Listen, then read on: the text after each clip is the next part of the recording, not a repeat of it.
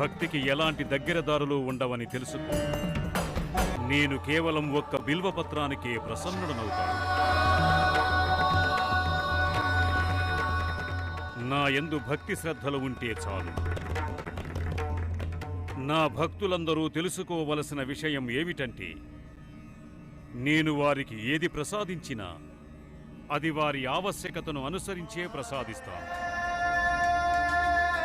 కానీ మొండిగా ప్రవర్తించటం ద్వారా నన్ను ప్రసన్నం చేసుకోవటానికి ప్రయత్నిస్తే నేను ఎన్నటికీ ప్రసన్నుడను కాను. ఆ దశకంఠుని ఆదర్శంగా చేసుకుని నీవీ పని చేయబోయావు. రేపు మరో వ్యక్తి ఎవరైనా నీ వల్ల ప్రేరణ పొంది నీ భక్తి విధానాన్నే గనుక అనుసరించటం ఆరంభిస్తే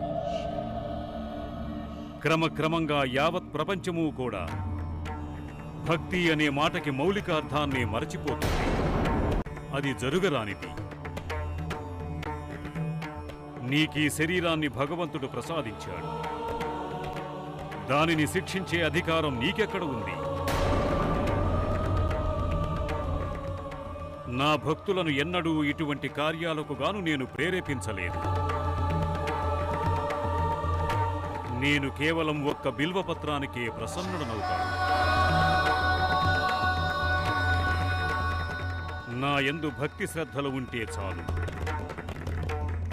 నా భక్తులందరూ తెలుసుకోవలసిన విషయం ఏమిటంటే, మహాదేవ, తరువాత దుఃఖం, భయాల గురించి కూడా చర్చించాం స్వామి.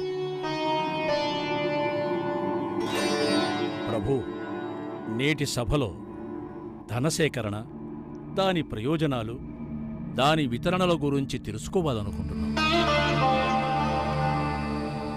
ధనం అత్యవసరం అత్రి మహర్షి. ఎందుకంటే అది మన ప్రాథమిక అవసరాలను తీర్చడానికి సాయపడుతుంది. కానీ ఎప్పుడైతే కోరికలను, అవసరాలను అపార్థం చేసుకుంటారో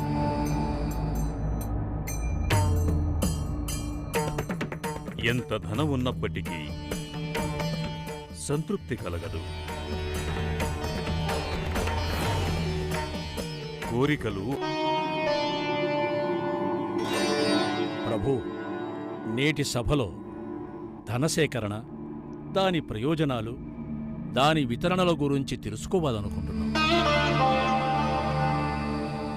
ధనం అత్యవసరం అత్రి మహర్షి. ఎందుకంటే అది మన ప్రాథమిక అవసరాలను తీర్చడానికి సాయపడుతుంది. కానీ ఎప్పుడైతే కోరికలను, అవసరాలను అపార్థం చేసుకుంటారో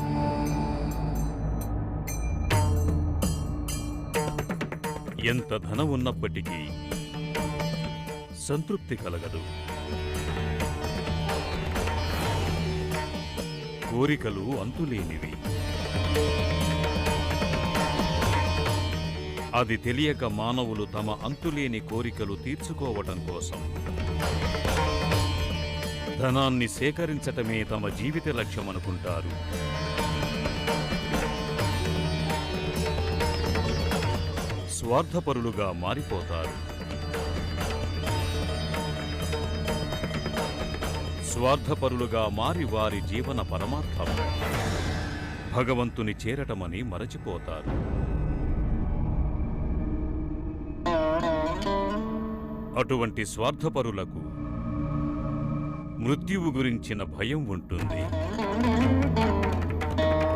తమ సంపాదన తక్కువనుకుని మరింత కావాలంటారు. ఆ సమయంలో వారికి భగవంతుడు కూడా స్ఫురణకి రాడు.